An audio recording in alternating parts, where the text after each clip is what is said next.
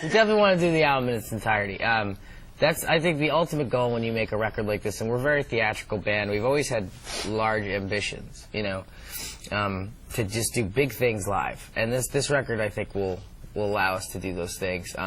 If the record does what we hope it's going to do, it will allow us to just play it front to back, you know, because the record, it's not, there's kind of no filler on it. It's something we're really proud of from front to back. And yeah, every song is there for a reason, and everything kind of, you know, when it flows together, and it's a complete thought, you know? Yeah. But the cool thing, too, is, like, the songs do stand on their own. So, but I'd like to tell the whole story one day.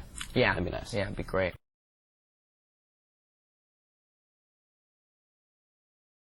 You know, really, it was all emotionally difficult. It started off with a very good momentum as soon as we started tracking. And it kept the momentum, but it started off kind of in this very Broadway, bombastic, cheery concept record place in a weird way, kind of like super tongue-in-cheek, super, like, high amounts of black humor.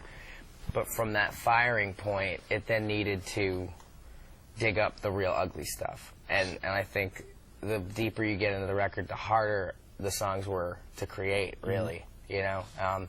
All up until the last song, Famous Last Words. And Cancer is one of those songs where along the way, it's obviously about cancer, but it's obviously a metaphor. It's a very powerful metaphor, and it makes it the most emotionally charged song on the record, you know? I'm really proud of that one, you know? I think it's something so pure that we've never been able to capture before until that moment.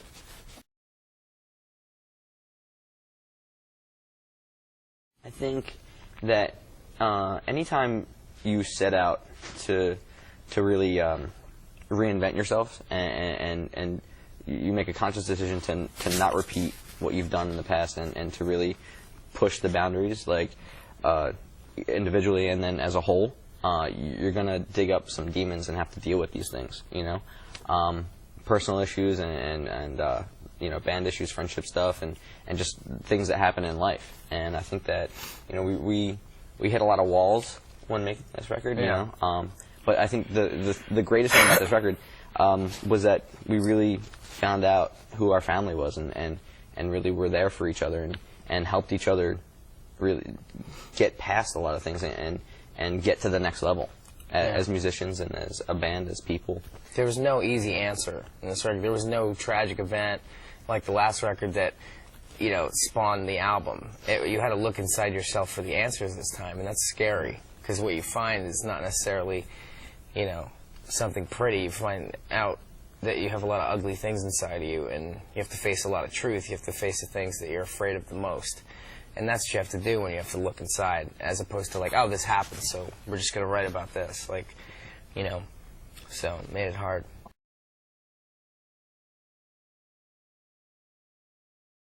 It's so gratifying because it kind of gives you a sense of hope, you know? If a song like Welcome to Black Parade gets a response like it's getting in the world, all over the world, it gives you a real sense of hope. Like, it makes you feel like, wow, like you can be different, like you could be real daring, and you could bring people new ideas, and you could challenge them, and they're gonna love it. Like, that's what they're actually really gonna love, and that's what they're gonna hold on to and take with them forever. I feel like that makes something classic, you know, something that's just so challenging and yet fun. I find that this is a really fun record. You know, it's real dark, but it's real fun.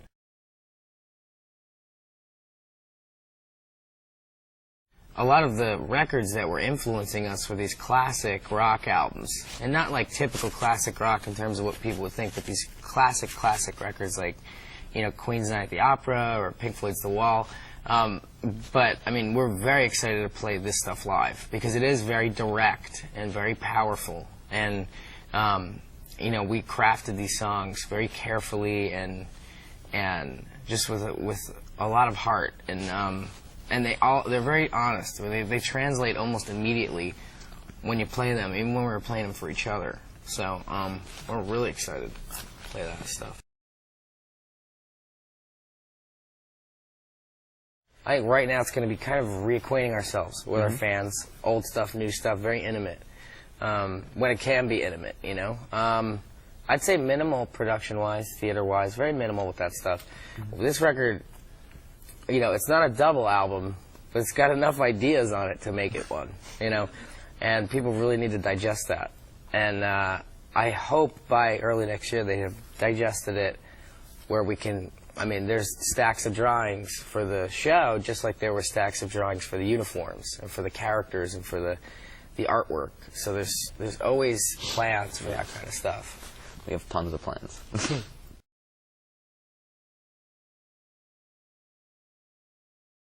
As dark as some of the concepts are on this record, and we do get brutally straightforward with things, there's this overwhelming sense of hope, I think. You know, when you finish this record, like at least I do, I just feel real hopeful, and you kind of want to, like, all right, put the record away and go out and live life. Yeah. I don't know. That's what it does for me. Yeah. I mean, for me too. It kind of like, it definitely was our goal with this record to take the listener on a journey and take them through, you know, the brightest and darkest periods. You know, and I think each song has those elements. Like certain songs are really, really dark, and then you have a song like "Famous Last Words." It ends the record really inspiring, and that song still inspires me and like brings me to tears like every time I hear it. And it's, you know, I think the record does that for us, and hopefully it'll do that for listeners too.